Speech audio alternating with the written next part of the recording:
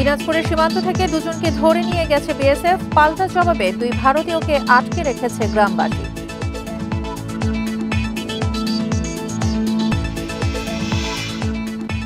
আওয়ামী লীগের অনিয়ম দুর্নীতিতে সাংবাদিকের ভূমিকা তদন্তে জাতিসংঘের সহযোগিতা চাওয়া হবে বললেন প্রেস সচিব।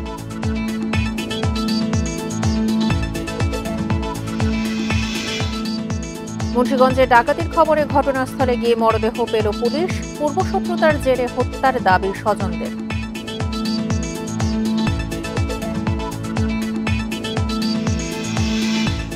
ঠিকাদার পালিয়ে যাওয়ায় বগুড়ার সারিয়াকান্দিতে সড়কের কাজ বন্ধ ১.৫ বছর, স্থানীয়দের দুর্ভোগ।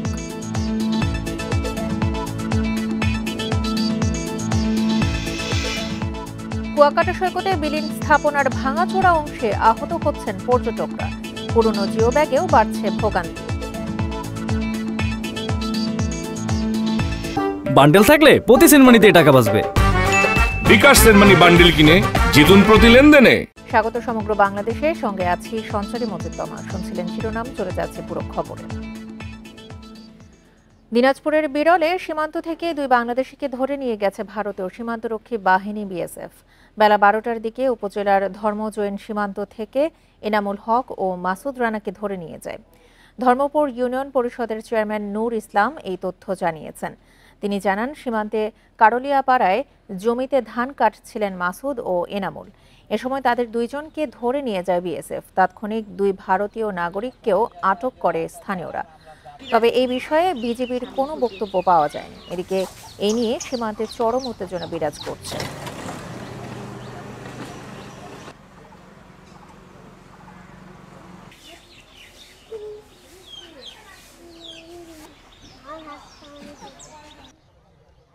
একটা উঁচা জায়গা আছে, এই উঁচা জায়গাতে ওরা ধানটা পিটাচ্ছিল, মারতেছিল। এই সময় ভারতীয় বিয়ে হিসেবে আগ্রাসী ভাব নিয়ে এসে তাদেরকে উঠিয়ে নিয়ে গেছে।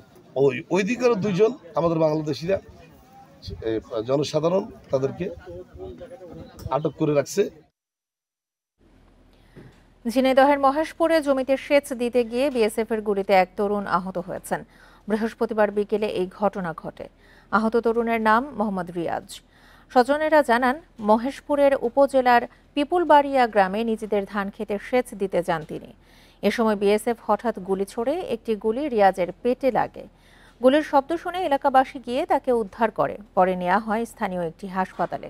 উন্নত চিকিৎসার জন্য সকাল ৬টার দিকে আনা হয় ঢাকা মেডিকেল কলেজ হাসপাতালে।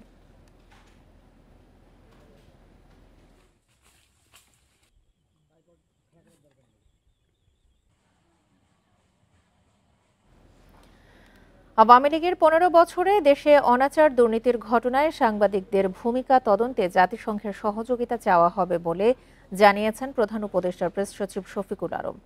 সকালে চট্টগ্রাম প্রেস ক্লাব মিলনায়তনে জুলাই বিপ্লব পরবর্তী বাংলাদেশে গণমাধ্যমের চ্যালেঞ্জ শীর্ষক মত বিনিময় সভায় তিনি বলেন, শাপলা চত্বরের ঘটনা, জঙ্গি তকমা দিয়ে ক্রসফায়ারে হত্যা, সাইদের মৃত্যুর দেশ জুড়ে তাণ্ডব সহ বিভিন্ন ঘটনায় দেশের সাংবাদিকদের ভূমিকা জানা জরুরি।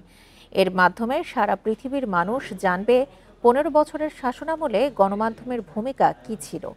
প্রেস সচিব আরও বলেন, বাংলাদেশকে অস্থিতিশীল করতে ভারতীয় মিডিয়া অপতথ্য প্রচার করছে, আর তাদের সহায়তা করছে আওয়ামী লীগ।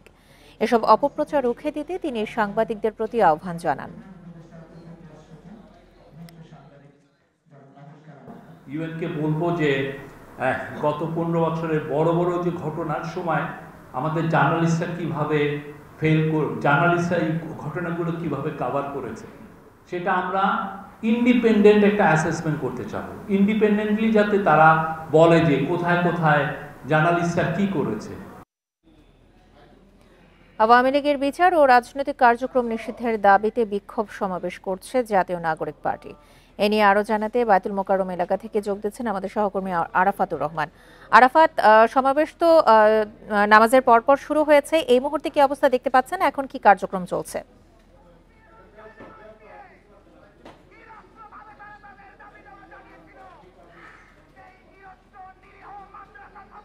৩টার কাছাকাছি সময় পর থেকে এখানে যে আনুষ্ঠানিক যে সমাবেশ ওটা শুরু হয়েছে এবং আমরা দেখছি যে সোয়া তিনটার পর থেকে এখানে ছোট ছোট মিছিলে নেতাকর্মীরা, এনসিপির নেতাকর্মীরা এই সমাবেশে আসছে এবং এখানে দেখতে পেয়েছি যে নারায়ণগঞ্জ থেকে ঢাকা মহানগরের বিভিন্ন জায়গা থেকে, ঢাকা মহানগর উত্তর দক্ষিণ বিভিন্ন জায়গা থেকে, বিভিন্ন থানাগুলো থেকে এনসিপির নেতাকর্মীরা ছোট ছোট মিছিলে আসছেন। কেউ গুলিস্তান মোড় হয়ে আসছেন, আর কেউ হচ্ছে পল্টন হয়ে আসছেন। আপনারা জানেন যে এই বিক্ষোভ সমাবেশটি চলছে হচ্ছে রাজধানীর বাইতুল মোকাররম দক্ষিণ গেট এলাকায় এবং এই এলাকায় মোটামুটি এখন এখানে দক্ষিণ গেটের কোণা থেকে অর্থাৎ স্টেডিয়ামের থেকে যে 0 পয়েন্ট পর্যন্ত এই জায়গাটাতে যান চলাচল মোটামুটি বন্ধ রয়েছে। একটি লেনে যান চলাচল করছে, নেতাকর্মীরা এখানে এসছে। এখন মূলত বিভাগীয় পর্যায়ের যে নেতাকর্মীরা এবং যুগ্ম সম্পাদক যারা আছেন তাদের বক্তব্য চলছে। আমরা ইতিমধ্যে দেখতে পেয়েছি যে সমাবেশের মূল মঞ্চস্থলে আক্তার হোসেন, সদস্য সচিব আক্তার হোসেন, হাসনাত আব্দুল্লাহ এবং সার্জিস আলম সহ নেতাকর্মীরা উপস্থিত হয়েছে। আমরা যতটুকু এখানে যে বক্তব্য আসে সেই বক্তব্যে যতটুকু শুনতে পেলাম সেটি হচ্ছে যে এই সমাবেশটি মূলত আওয়ামী লীগের বিচার এবং রাজনৈতিক কার্যক্রম নিষিদ্ধ করার জন্য এই সমাবেশটি ডাকা হয়েছে এবং এই সমাবেশে বলছেন যে প্রয়োজনে নির্বাহী আদেশে হয় একটি হচ্ছে দ্রুত বিচার আইনে অথবা ট্রাইব্যুনালের আইনে আওয়ামী লীগকে নির্বাহী আদেশে নিষিদ্ধ করার জন্য। এবং এখানে বক্তারা বারবারই বলছেন যে আওয়ামী লীগ যতদিন এই দেশের রাজনীতিতে আসছে ততদিনই তারা একটি স্বৈরাচার তৈরি করার চেষ্টা করছেন। তাদের ভাষায় 71 সালের পরবর্তী সময় এবং 2008-9 সালের পরবর্তী সময় গত 10-15 বছর আওয়ামী লীগ এই দেশে একটি স্বৈরাচারী শাসন ব্যবস্থার কায়েম করার চেষ্টা করছে এবং তারা বারবারই বলছেন যে এই আওয়ামী লীগ যদি আবার ফিরে আসে তাহলে এই দেশের আসলে অন্যান্য রাজনৈতিক দল যারা আছে তারা রাজনীতির যেই সংস্কৃতি সেই সংস্কৃতি পালন করতে পারবে না এবং তাদেরকে অবশ্যই এই আওয়ামী লীগকে নিষিদ্ধ করার দাবি জানাচ্ছেন তারা। আমরা যতটুকু জেনেছি যে কিছুক্ষণ পরে হাসনাত আব্দুল্লাহ সহ অন্যান্য নেতারা, নাহিদ ইসলাম সহ অন্যান্য নেতারা এখানে বক্তব্য রাখবেন এবং তাদের মূলত দাবি হচ্ছে যে আওয়ামী লীগকে এই দেশের রাজনীতিতে আনুষ্ঠানিকভাবে রাজনীতি করতে দেওয়া যাবে না এবং তাদেরকে নিষিদ্ধ করতে হবে। বাইতুল মোকাররম এলাকা থেকে এনসিপির সমাবেশের কার্যক্রম নিয়ে জানাচ্ছিলেন আমাদের সহকর্মী আরাফাতুর রহমান। মুন্সিগঞ্জে ডাকাত আটকের খবর পেয়ে ঘটনাস্থলে গিয়ে এক ব্যক্তির মরদেহ উদ্ধার করেছে পুলিশ। তবে এই ব্যক্তিকে পূর্বশত্রুতার জেরে হত্যা করা হয়েছে বলে দাবি করেছে পরিবার। বৃহস্পতিবার রাত 11:30টার দিকে মোল্লাকান্দি ইউনিয়নের মধ্য মাঘহাটির তালগাছতলা সড়ক থেকে দিনমজুর সানা মাঝির মরদেহ উদ্ধার করা হয়। মরদেহের কাছে একটি 1 নলা শটগান ও 2টি কার্তুজ পাওয়া গেছে। শুক্রবার সকালে পুলিশের এক প্রেস রিলিজে বলা হয়, অস্ত্রসহ ডাকাত আটকের খবরে ঘটনাস্থলে গিয়ে মরদেহ পান তারা। মসজিদের মাইকে ঘোষণা দিয়ে লোক জড়ো করে গণপিটুনি দেওয়া হয় ওই ব্যক্তিকে। মরদেহ উদ্ধার করে ময়নাতদন্তের জন্য পাঠানো হয় মুন্সিগঞ্জ জেনারেল হাসপাতালে।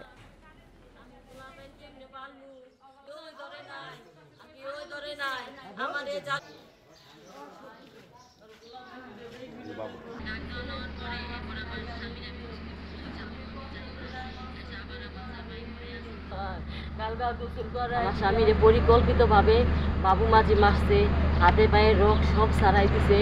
আমি এই হত্যার বিচার চাই। হাত কাছে, পা কাছে, মাথা কাছে, এই জোর কাজ করছে। দিনাজপুরের বিরলে সীমান্ত থেকে 2 বাংলাদেশিকে ধরে নিয়ে গেছে বিএসএফ। পাল্টা জবাবে 2 ভারতীয়কে আটকে রেখেছে গ্রামবাসী। এ নিয়ে আরো জানাতে দিনাজপুর থেকে যোগ দিচ্ছেন সহকর্মী এস.এম. আলমগীর। আলমগীর, এই বিষয়ে কি এখন পর্যন্ত বিজিবি বিএসএফ এর কোনো বৈঠক হয়েছে?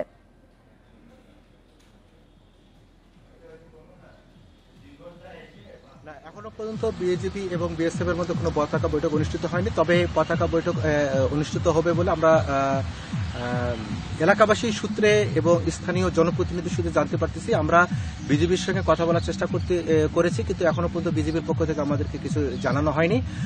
তবে এই নিয়ে কিন্তু আসলে এই যেসব গ্রামবাসীদেরকে ধরে নিয়ে গেছে বাংলাদেশিদের, এই গ্রামবাসীদের মধ্যে উৎকণ্ঠা বিরাজ করছে।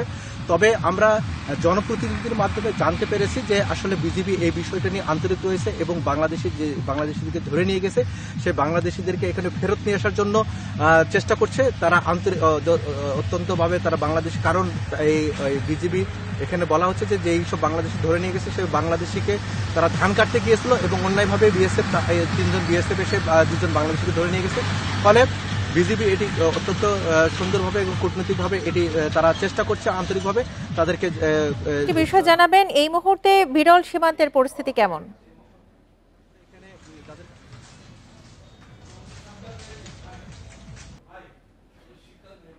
আলমগীর শুনতে পাচ্ছেন? জি জি বলেন প্লিজ। বিরল সীমান্তের পরিস্থিতি এখন কেমন রয়েছে? বিশেষ করে নিরাপত্তা জোরদার করা হয়েছে কিনা? হ্যাঁ, এই মুহূর্তে বিরল সীমান্তের পরিস্থিতি শান্ত রয়েছে, নিরাপত্তা কিছুটা জোরদার করা রয়েছে। বিজিবি তারা সতর্ক অবস্থানে রয়েছে, এলাকাবাসীকেও সতর্ক অবস্থানে রাখা হয়েছে।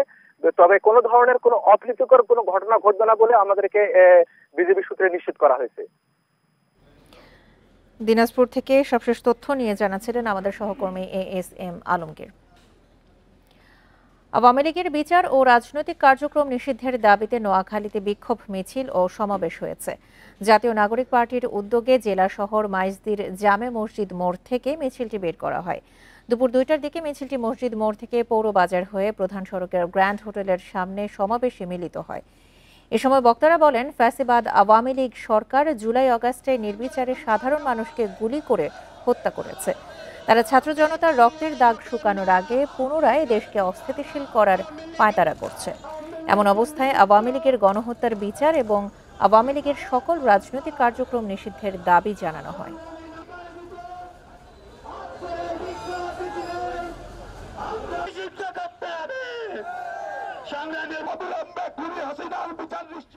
ঠিকাদারি প্রতিষ্ঠান পালিয়ে যাওয়ায় বগুড়ার সারিয়াকান্দিতে 1 কিলোমিটার সড়কের কাজ বন্ধ আছে প্রায় 1.5 বছর। এতে সড়কটিতে চলাচল করতে গিয়ে ভোগান্তিতে পড়েছেন স্থানীয়রা। সংশ্লিষ্টরা বলছেন, কাজ শেষ করতে নতুন করে ঠিকাদার নিয়োগে নেওয়া হয়েছে উদ্যোগ।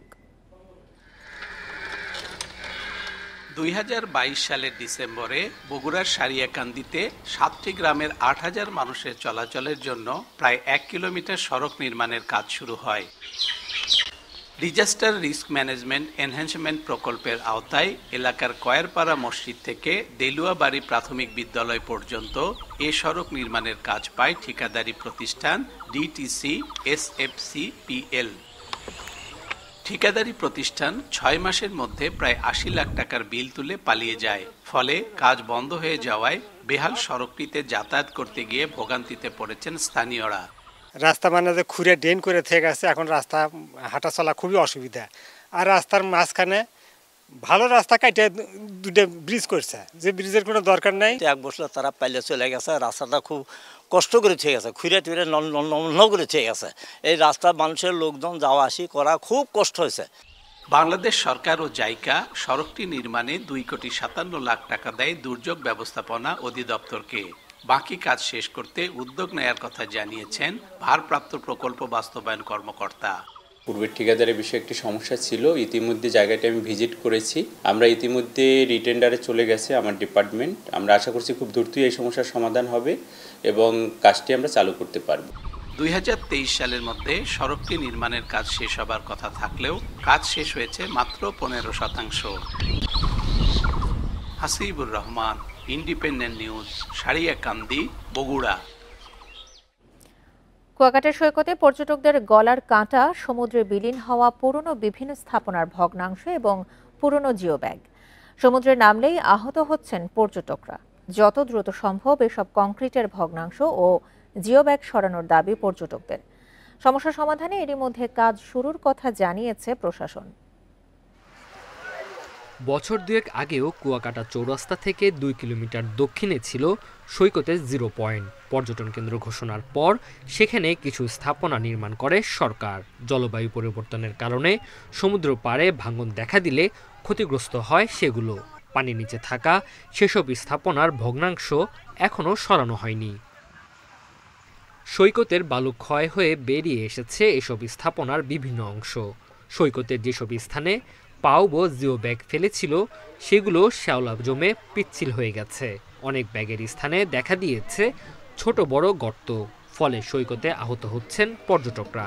জিও ব্যাগ আছে, সেগুলো শ্যাওলা পড়া, স্লিপ করে অনেকে আহত হইতে পারে। আমি নিজে আহত হয়েছি। সিমেন্টের কংক্রিট না জানি বিল্ডিং ভাঙা কংক্রিট, হ্যাঁ এগুলো একটু বড় বড় সাইজ, ঠিক আছে, এগুলো যদি একটু উঠাই ফেলায় তাহলে আমাদের জন্য, পর্যটকের জন্য ভালো হয়। ঈদ উল ফিতরের ছুটিতে সৈকতে নেমে আহত হন 5 শতাধিক পর্যটক। তাই পুরনো স্থাপনার ভগ্নাংশ এবং জিও ব্যাগ সরানোর দাবি ব্যবসায়ীদের। সংশ্লিষ্ট কর্তৃপক্ষগুলো যেন এই কংক্রিটের ভাঙ্গা অংশ এবং শ্যাওলাগুলো যেন অপসারণ করে নিরাপদ পর্যটকদের গোসল এবং ভ্রমণ নিশ্চিত করা হয়। এরই মধ্যে পুরনো স্থাপনার ভগ্নাংশ সরানোর কাজ শুরুর কথা জানিয়েছে প্রশাসন। জিও ব্যাগগুলোতে যে শ্যাওলা ধরা আছে, আমরা এই আসন্ন বর্ষা মৌসুমে জরুরি ভিত্তিতে পানি উন্নয়ন বোর্ড যে কাজগুলো করে থাকে, সেখানে পুরনো বস্তাগুলো অপসারণ করে ওখানে নতুন জিও ব্যাগ প্রোটেকশনের জন্য দেওয়া হবে। কুয়াকাটা সৈকতকে নিরাপদ রাখতে এবং সৌন্দর্য বাড়াতে কার্যকরী পদক্ষেপ নেবে সরকার, প্রত্যাশা পর্যটন সংশ্লিষ্টদের। Independent news. এ বিষয়ে আরো জানাতে কুয়াকাটা থেকে যোগ দিচ্ছেন সহকর্মী ফরিদ উদ্দিন আক্তার। ফরিদ, সমুদ্র সৈকতে বিলীন হওয়া স্থাপনার ভগ্নাংশে তো অনেকেই আহত হচ্ছেন, এখন পর্যন্ত এগুলো সরানোর কাজের কথা বলা হলেও কবে নাগাদ এই কাজ সম্পন্ন হবে, প্রশাসন কি কিছু জানিয়েছে? কুয়াকাটা চৌরাস্তা থেকে 2 কিলোমিটার দক্ষিণে ছিল সৈকতের জিরো পয়েন্ট। কুয়াকাটাকে 1998 সালে পর্যটক কেন্দ্র ঘোষণার পরই কিন্তু স্থাপনা নির্মাণ করে সরকার। পরে জলবায়ু পরিবর্তনের নেতিবাচক প্রভাবে সৈকতের ভাঙন শুরু হয়, সেই সঙ্গে স্থাপনা ভেঙে যায়। এসব স্থাপনা অংশবিশেষ অপসারণ করা হলেও মাটির নিচে স্থাপনা অংশবিশেষ স্থাপনা সরানো হয়নি। সৈকতের ভাঙন রক্ষার জন্য পানি উন্নয়ন বোর্ড এসব জিও ব্যাগ ফেলেছিল। পরে এই জিও ব্যাগগুলো সরে গিয়ে ছোট ছোট গর্তের সৃষ্টি হয়েছে এবং এখানে এই শ্যাওলা পরে তার উপরে যে পিচ্ছিল হয়ে গেছে। এছাড়া বিশেষ করে সমুদ্রের ভাটার সময় এসব স্থাপনাগুলো কংক্রিট ঢালাই জেগে উঠলেও জোয়ারের সময় কিন্তু তলিয়ে থাকে। এজন্য কিন্তু জোয়ারের সময় গোসলে এখানকার ঘুরতে আসা পর্যটকের সাথে আমার কথা আছে, তারা যেটা জানিয়েছেন দ্রুত সময়ের মধ্যে এসব পুরনো স্থাপনা কংক্রিট ও শ্যাওলাযুক্ত জিও ব্যাগ অপারেশন করায় সৈকতের পরিবেশ ফিরিয়ে আনা সহ নতুন দর্শনীয় স্পট নির্মাণ দাবি জানিয়েছেন পর্যটকরা। আমার সাথে কথা হয়েছে হোটেল মোটেল ব্যবসায়ীদের সাথে, তারা যেটা জানিয়েছেন এইসব কংক্রিট ঢালাইয়ের স্থাপনা অপসারণ না করা হলে কুয়াকাটাতে পর্যটক ভবিষ্যতে কম আসবে, এই শিল্পে তার ধস নেমে আসবে বলে আশঙ্কা প্রকাশ করছেন। পর্যটক শিল্পকে বাঁচাতে ঊর্ধ্বতন কর্তৃপক্ষকে এই বিষয়ে জোর দাবি জানিয়েছেন পদক্ষেপ নেওয়ার জন্য। আপনাকে আরেকটি বিষয় আমি জানিয়ে রাখি, আমার সাথে কথা হয়েছে উপজেলার নির্বাহী কর্মকর্তার সাথে, তিনি যেটা জানিয়েছেন এই কুয়াকাটা জিও ব্যাগ অপসারণের জন্য ইতিমধ্যেই 1.5 কোটি টাকা বরাদ্দ করা হয়েছে, যাতে পর্যটক সুন্দর স্বাচ্ছন্দ্যভাবে গোসল ও সুন্দরভাবে ঘুরতে পারে। এজন্য খুব দ্রুতই এসব কাজ শুরু হবে। এই ছিল কুয়াকাটা সমুদ্র সৈকত থেকে আমার কাছে সর্বশেষ। কুয়াকাটা সমুদ্র সৈকত নিয়ে জানাছিলেন আমাদের সহকর্মী ফরিদ উদ্দিন আক্তার। সরবরাহ কমের অজুহাতে বেড়েছে সবজি, কাঁচামরিচ ও পেঁয়াজের দাম। কেজিতে 10 টাকা পর্যন্ত বেড়েছে মুরগির দাম। রাজশাহীতে কেজিতে 20 টাকা বেড়ে বেগুন বিক্রি হচ্ছে 70 টাকায়, 10 টাকা বেড়ে কাঁচামরিচ বিক্রি হচ্ছে 70 টাকায়, আর সোনালী মুরগি বিক্রি হচ্ছে 260 টাকা কেজিতে। বগুড়ায় শাকসবজি, ডিমের দাম বাড়তি, সপ্তাহের ব্যবধানে সবজির দাম বেড়েছে 20 টাকা পর্যন্ত। বরিশালের বাজারে 60 টাকার নিচে মিলছে না কোনো সবজি। ব্রয়লার মুরগির দাম বেড়েছে কেজিতে 10 টাকা। চট্টগ্রাম, সিলেট, খুলনায় সব ধরনের সবজির দাম বেড়েছে মাংসের দামও।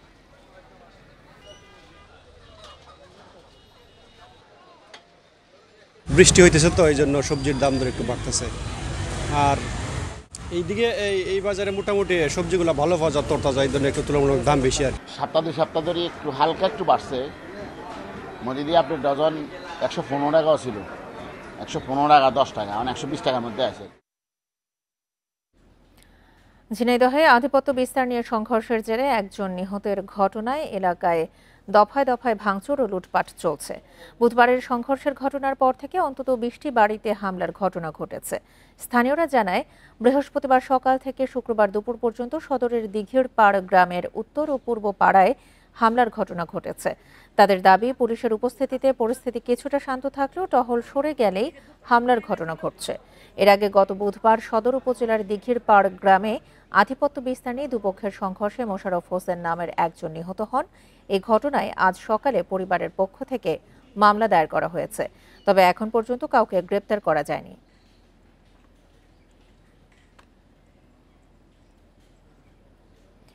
শেরপুরের নালিতাবাড়িতে রাবার ড্যাম এখন মিনি কক্সবাজার নামে পরিচিত। প্রাকৃতিক সৌন্দর্য আর কৃত্রিম ঝর্ণার ধারায় জনপ্রিয় হয়ে উঠছে এই স্থানটি। স্থানীয়রা বলছেন, সম্প্রতি উজানে বৃষ্টির পানি ছাড়ার কারণে রাবার ড্যামে সৃষ্টি হয় নান্দনিক ঝর্ণার দৃশ্য, আর তা দেখতেই ভিড় করেন দর্শনার্থীরা। তাদের নিরাপত্তার ব্যবস্থা করা গেলে এটিও হতে পারে কৃষি পর্যটনের অন্যতম খাত।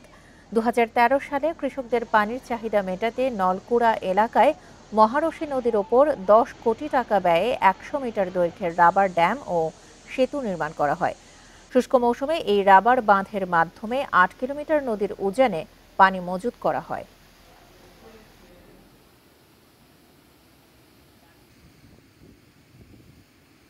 জামালপুর আমাদের কাছাকাছি যত মানুষ আছে, পোলাপান আছে, এখানে এসে একদম মিনি কক্সবাজার সিস্টেম ভাবে সবাই গোসল করতেছে। আমরা দেখতেছি, আনন্দ পাচ্ছি। আনন্দ সৃষ্টি করার একটা পরিবেশের যদি একটা ব্যবস্থাপনা করে বা আমাদেরও সহযোগিতা লাগে, আমরা চেষ্টা করব তাদের সহযোগিতায় আমরা যেন করতে পারি। টানা 3 দিনের ছুটিতে পর্যটকের সমাগম বেড়েছে মৌলভীবাজারেও। পর্যটক সমাগমের আরও তথ্য জানাতে এই মুহূর্তে মৌলভীবাজার থেকে যোগ দিচ্ছেন সহকর্মী তুহিনুর রশিদ। তুহিনুর, মৌলভীবাজারে এই 3 দিনের ছুটিতে পর্যটক সমাগম কেমন দেখছেন?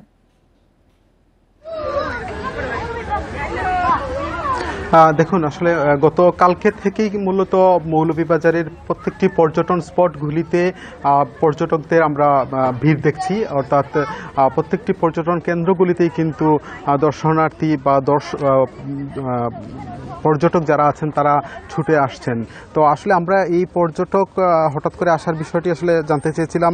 এখানকার যেসব পর্যটন শিল্প সংশ্লিষ্ট রয়েছেন তারা বলছেন যে গত 1 তারিখ অর্থাৎ যে শ্রমিক দিবস গেছে এবং আজকে শুক্র শনি এই 3 দিনের যে টানা ছুটি পেয়েছেন, সেই টানা ছুটির কারণেই কিন্তু এখানে প্রকৃতির টানেই কিন্তু এখানে পর্যটকরা ছুটে আসছেন। এবং তারা যেটি বলছিলেন যে গত কিছুদিন আগে ঈদ গেছে, ঈদের একটা লম্বা ছুটি ছিল এবং এই ঈদের লম্বা ছুটিতে কিন্তু প্রচুর পর্যটক এসেছিলেন মৌলভীবাজারে এবং এই পরপরই আবার এখানে 3 দিনের একটি ছুটি পেয়েছেন, যার ফলে তারা কিন্তু ছুটে আসছেন।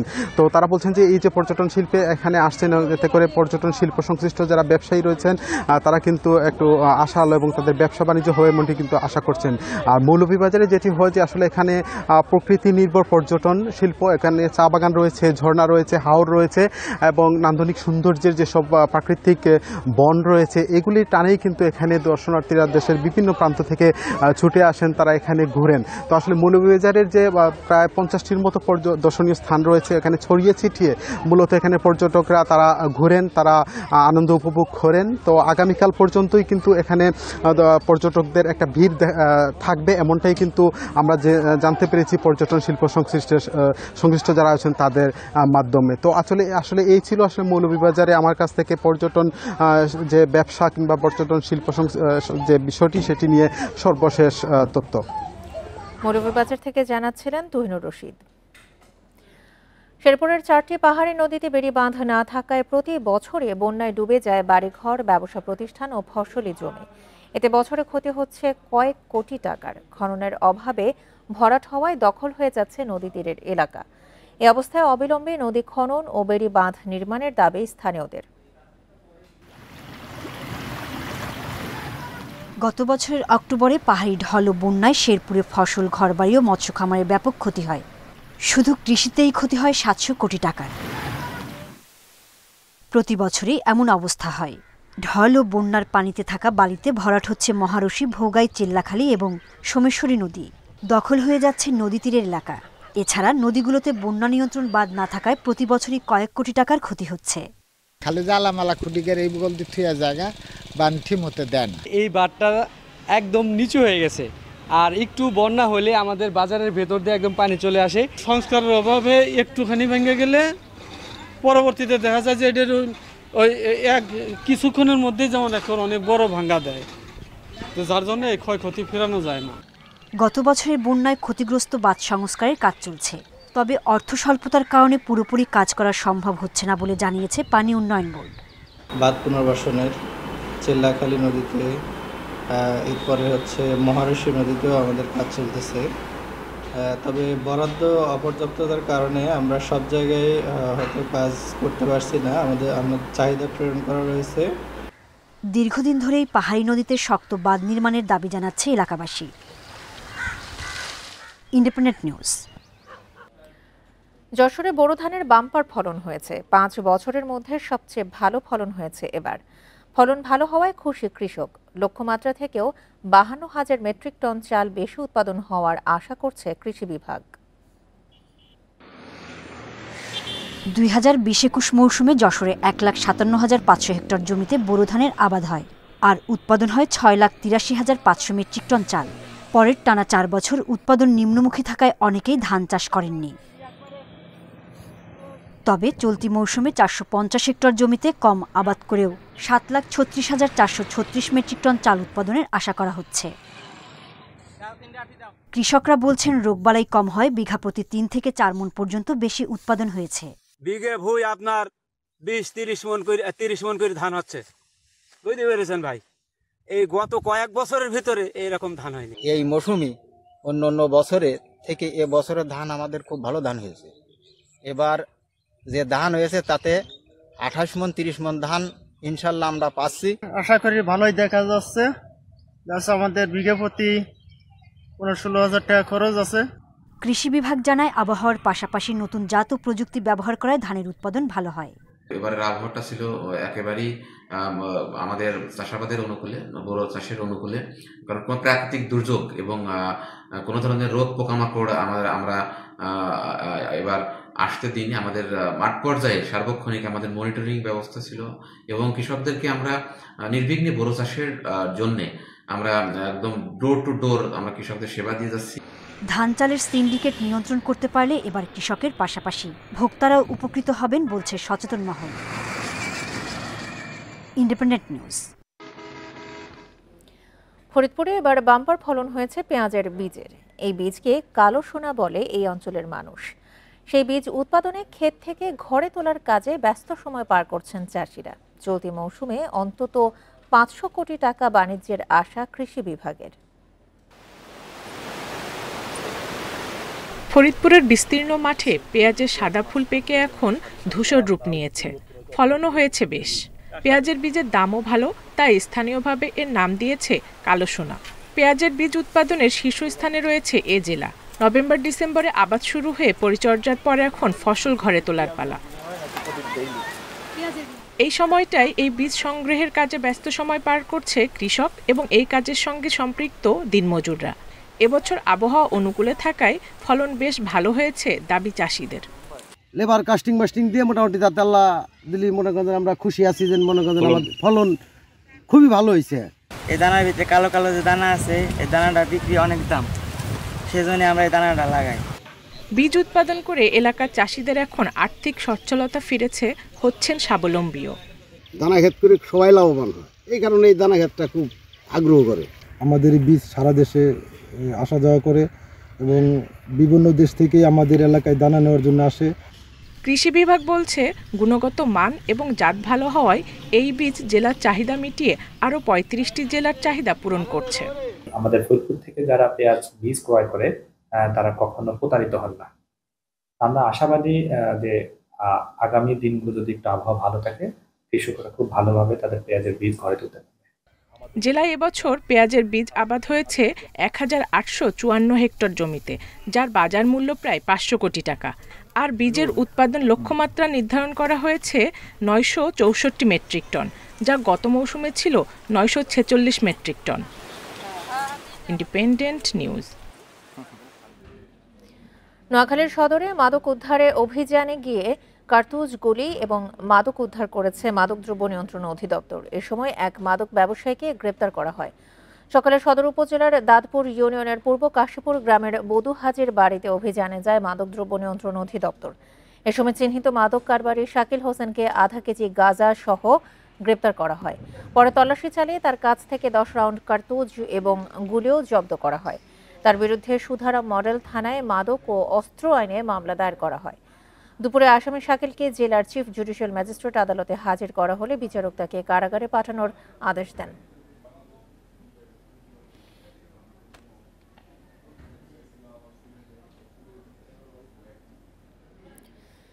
গাজীপুরে ডিবি পরিচয়ে নগদের ডিস্ট্রিবিউটর প্রতিষ্ঠানে ভল্ট থেকে ৯৮ লাখ টাকা ছিনিয়ে নেওয়ার ঘটনায় ৪ জনকে গ্রেপ্তার করেছে পুলিশ। এ সময় লুট হওয়া ২২,৫৫,০০০ টাকা উদ্ধার করা হয়। গ্রেপ্তারকৃতদের আদালতের মাধ্যমে জেল হাজতে পাঠানো হয়েছে। গাজীপুর পিবিআই এর পুলিশ সুপার আবুল কালাম আজাদ জানান, গত ১৪ এপ্রিল আসামিরা নিজেদেরকে গোয়েন্দা পুলিশ পরিচয় দিয়ে মাল্টি পয়েন্ট বিডি প্রতিষ্ঠানে ঢুকে কর্মকর্তা কর্মচারীদের এলোপাতাড়ি মারধর করে। পরে অস্ত্রের মুখে জিম্মি করে ৯৮ লাখ টাকা নিয়ে পালিয়ে যায় তারা। পরদিন মামলা দায়েরের পর পুলিশের পাশাপাশি তদন্ত শুরু করে পিবিআই।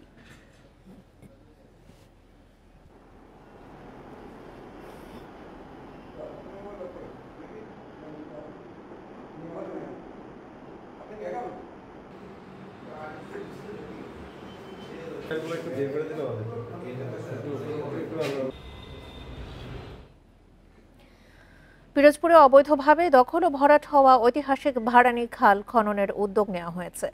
সকালে জেলা প্রশাসনের তত্ত্বাবধানে খাল খনন ও অবৈধ স্থাপনা উচ্ছেদ কার্যক্রম শুরু হয়।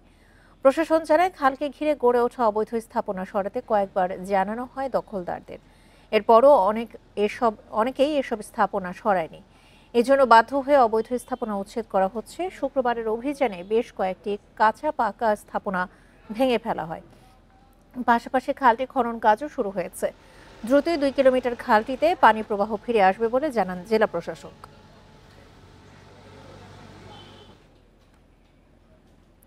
এ ছিল সমগ্র বাংলাদেশে আমন্ত্রণ পরের আয়োজন।